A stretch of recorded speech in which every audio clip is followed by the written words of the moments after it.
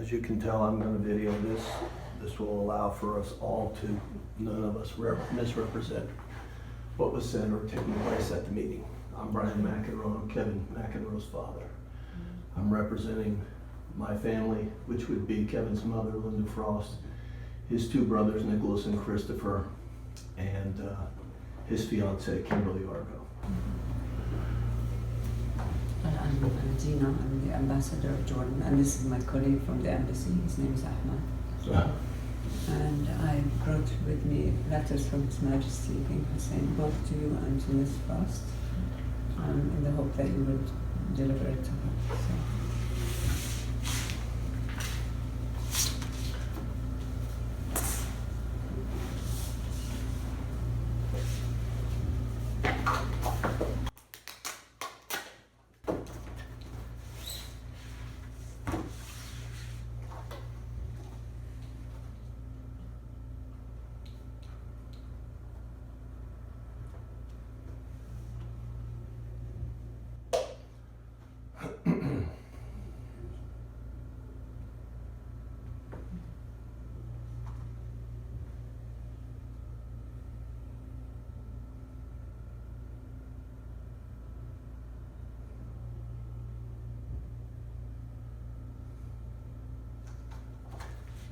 Anything else? That's all. We just wanted to convey His Majesty's condolences and to inform you that the military tribunal will start soon, and it's considered a criminal case, so we will be in touch with you. I know that you're on our email, and we're trying to keep the information flowing with the three families at the same time. Well, I have no desire to make this particularly unpleasant. I would tell you that I have a letter for you to deliver to the king, if you'd be so kind to do that.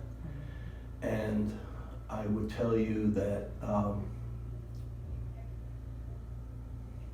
at this particular point in time, this is woefully short of an apology for the actions of the Jordanian government since this these murders have happened, so that you understand my perspective on this. Marek Abdullah was, Ahmad, as close to me as you are now.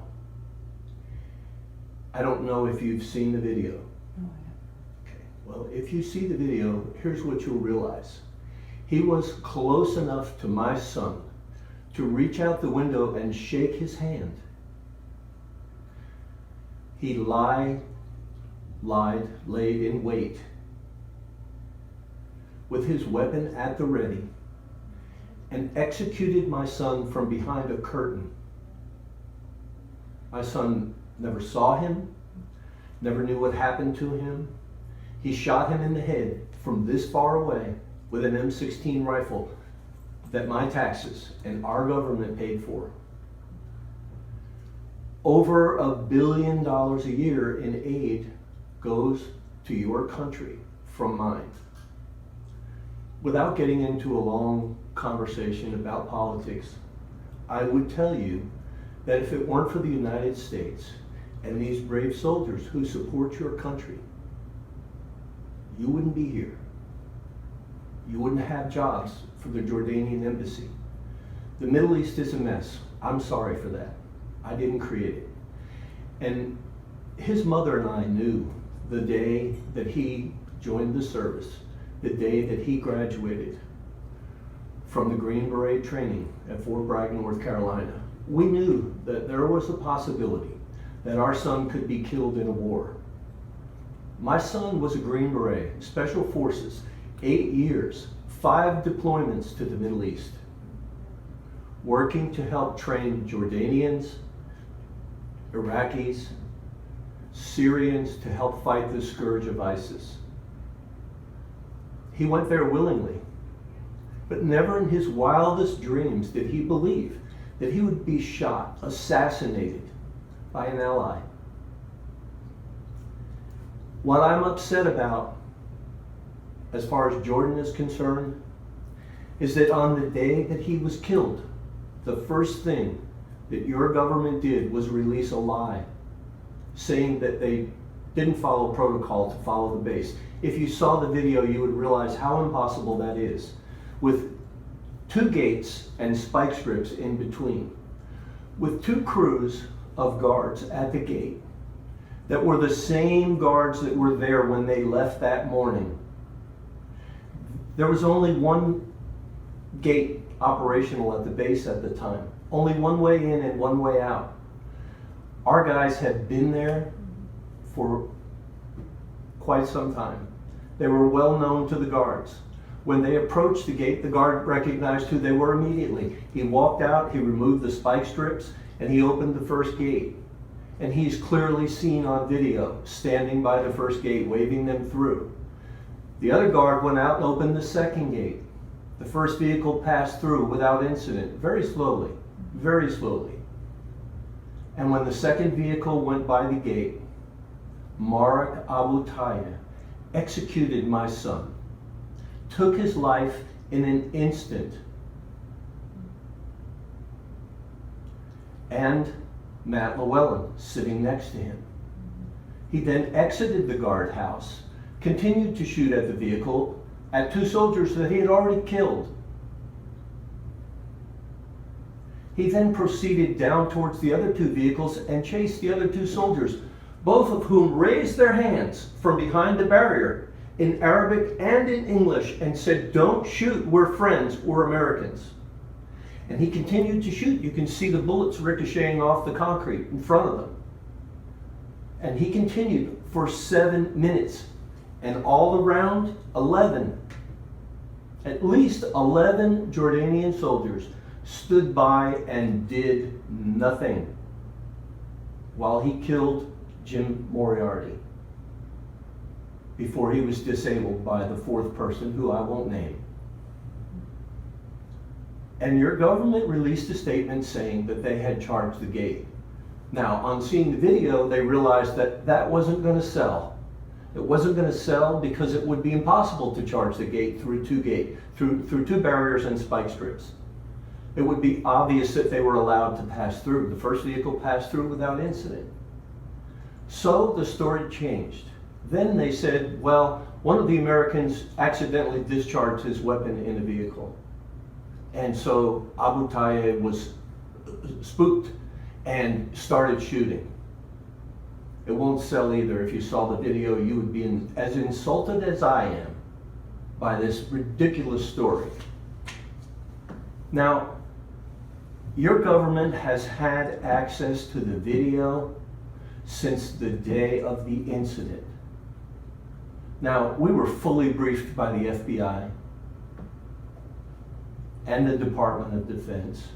And a week later, we held a press conference in Washington, D.C. I know you're aware of the press conference because you either penned a letter or authorized a letter to be penned in your name, which stated that Abu Tayyah followed the Jordanian rules of engagement. Now, I have to be, I'm not trying to be mean, but if those are the Jordanian rules of engagement, we can't afford to be your ally. Those were no rules of engagement. Now, I don't know if you realized that what you wrote was patently false, but you wrote it and you signed your name to it. And it's very difficult for me to assume that this visit is friendly or anything more than an effort to show the American government that the king's sorry and he apologized and we're going to go ahead and prosecute the guy. If we had not put the pressure that we put on our government and in social media, which we can talk about here in a second, if we had not done those things, I would not even have this. And I will tell you that you can tell the king, apology not accepted. This is woefully short of anything meaningful to justify what Abu Tayyib did to our boys and what your government has done to our families since this incident, not accepted.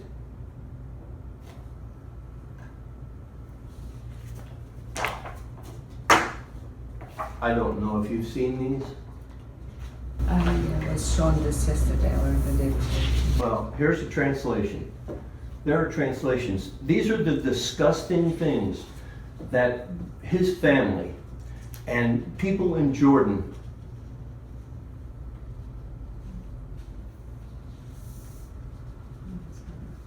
calling our soldiers' mothers whores.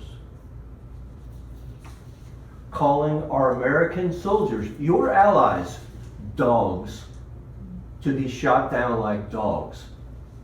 I'm sure that you can understand my anger. This is not what you understood. I explained this yesterday. Well, there's a translation right there. No, I will no, it's not a question of literal translation. It's a question of the family of Marek saying that they do not want him to be defended by the union of lawyers. And Yeah, that well- he would be, I'm just telling you so you know. Well, they're saying they don't need him to be defended by the union of lawyers because the king is going to protect him. That's not true, sir. Excuse me. No, that's not true. I can understand your anger. You lost your son. I'm not here to defend the act of neither Marek or it is a horrible thing, and I can't put myself. And your anger is very justified. So, being a mother myself, I know how it is, how it could be to lose one's son in such a stupid incident and an unjustifiable incident. So, please do not think that I'm here to defend Marek. I would not come here to defend him. And I understand the frustration you have with all the things that have been going on, but I am here to give you one message, is that we're trying to rectify things now. And it's not because of the pressure of a press conference or not, it's because there has been mistakes done and we're trying to fix it now. So Okay. that's all I can tell you. Well, I would say this. It's not my place to give you advice, but I would tell you this. Before you write a letter that you distribute, that you sent to Congressman Poe, stating that he did that, then you should have seen the video and you should have known, because when you put your name behind something, you should be able to stand behind it and know what it says. I would tell you this, okay? The king actually trained with American GIs. He trained with American Special Forces at Fort Campbell, 5th Group, the same group of soldiers, the same group that these soldiers came from. This is woefully insufficient as it relates to, I can tell you, he may have learned how to jump out of an airplane, he may have learned techniques of soldiering, but he didn't learn about the brotherhood. Because there are still Americans supporting these efforts in Jordan. How do you think they feel as it relates to trusting the soldiers that they're there to help? How do they feel? When did they say, am I next? Am I going to be the next one that gets shot? Sir. He does not understand, or he never would have written it. Look, to blow a little sunshine up my skirt by telling me how proud I must be of my son, he does not have a clue. He does not have a clue. You see those boys? You see that woman right there? That's his grandmother. He was her favorite. He visited her 2 months before he was shot down like a dog. His mother will never ever be the same. She's a healer. She does therapy for people that are hurting, that are sick. And she has a hard time getting out of bed to go to work because Marek decided to kill him. I want to know why. I want to know why. We need to know why this man did this. Mr. McEnroe, we need to know as well. We are just as flabbergasted by the fact that one man can kill like that. But then why would your government come out with this string of lies about what happened before they knew? Our government didn't say anything. They said, we're going to investigate. Sorry. We don't know what happened. Your government said, oh, they charged the gate. Oh, they shot a weapon. If you saw the video, you would see that the guy that's at the first gate is standing there, and he never jumps, he never flinches, he never looks. He didn't hear a loud noise. The only loud noise he heard was Marak assassinating our boys. You are right. The messaging that came from the government was based on false information that they got at the beginning when the incident happened. And because he was not conscious, there was false information. I agree with you. You have a point of being upset, but we're coming to tell you that we want from now on to try to rectify with the trial and the messaging that comes out of it. Okay, well, let me just bottom line it. This is uncomfortable for me, as I'm sure it is for you. But let me just tell you this, okay? I believe in a very important precept in American theory, philosophy, as our Constitution, that people are innocent until proven guilty. And so therefore, I always believe in giving people the benefit of the doubt until they show me otherwise. So far, your government has showed me otherwise by releasing lies, 3 of them. And then you supported them with that letter you wrote to Congressman Poe about him following the rules of engagement. So now, as it stands now, I don't believe this. I don't believe anything. It's up to you to prove to us now that it's otherwise. Because you have already lost my confidence and my faith in your ability to do the right thing because of the way you've conducted yourself so far. So as it stands right now, you can relate to the king. The apology is not accepted. Here is a letter for the king, okay? And in order to make things right, you have a list of things right there that and I'm sure you're aware of the fact that the other 2 fathers and families, that we've all discussed this. We're not asking to be unreasonable. We want to be fair. But you guys have some ground to make up because so far you have just totally messed this up. And we're upset. We will not relent and we will not go away. Yeah. And if the King of Jordan wants to continue the relationship with our country with good feelings and $2 billion a year in aid that our taxes pay for, that is backed up by the lives of our children, take a look. Consider what we've asked, because it's not unreasonable, it's not unfair. We got the same letter from Jim Moriarty. Yeah, we got the same letter. So okay. Anyway, I'm not here to question anything. I realize how difficult it is for you to receive us, and I thank you for receiving us. I know it's very difficult. You lost your son, so you're in a difficult position. I'm not in any difficult position other than trying to defend the wrong messaging that has come out of the government. But at the end of the day, you're the one who's had to pay the price. So I realize your anger. I will take it. There's nothing I can do except to advise things from now on. I did not see the video. That you know, I told you. So whatever was written was based on those who were on the ground. Having said that, I take the responsibility, and we hope that from now on we can work out after the trial and the messaging to try. I will read your letter. If it's the same like Mr. Moriarty, then you know, that's fine. And we see what happens. But I realize how much upset you are, and Ms. Frost. I realize, I see the pictures of the 3 children that you have, and I'm sure that the other 2 are suffering as well. So I thank you for your time. They are suffering. Their brother was a hero to his friends and to his family. Are they soldiers, the other 2? They're both 25 years old. One of them is experiencing severe anxiety, and the other one has lost his job because he has been unable to work.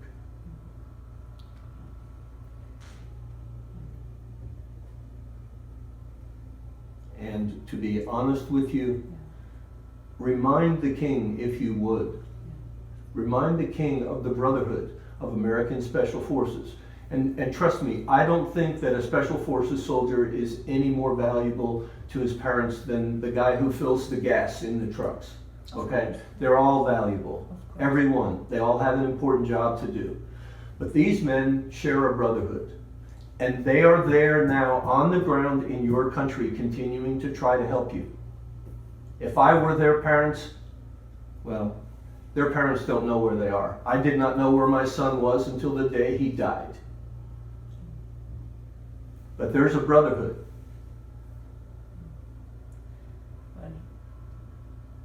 Remind the king about the brotherhood, because he trained with them. And so far, he has dishonored them. So I hope he can make up for it. Mr. McEnroe, His Majesty appreciates the work of the Special Forces more than any other person in the country, but I can understand your anger, and we will try to rectify how things were handled by the parties concerned. Here's what I have to say. If His Majesty appreciates the work of the Special Forces in his country as much as you say, then let him prove it. We will be working on that. But believe me, the relationship that is between both our countries is it's not a question of dollars, Mr. McEnroe. There's an alliance and there's a shared interest in this relationship. So, but again, this is not the purpose why I'm here. My purpose is to give you this letter and to hear you out and to relay your messages. I want to rip this in half. That's how angry I am. I know, I understand. I understand fully your anger. Okay, we're done. Thank you, Mr. McEnroe.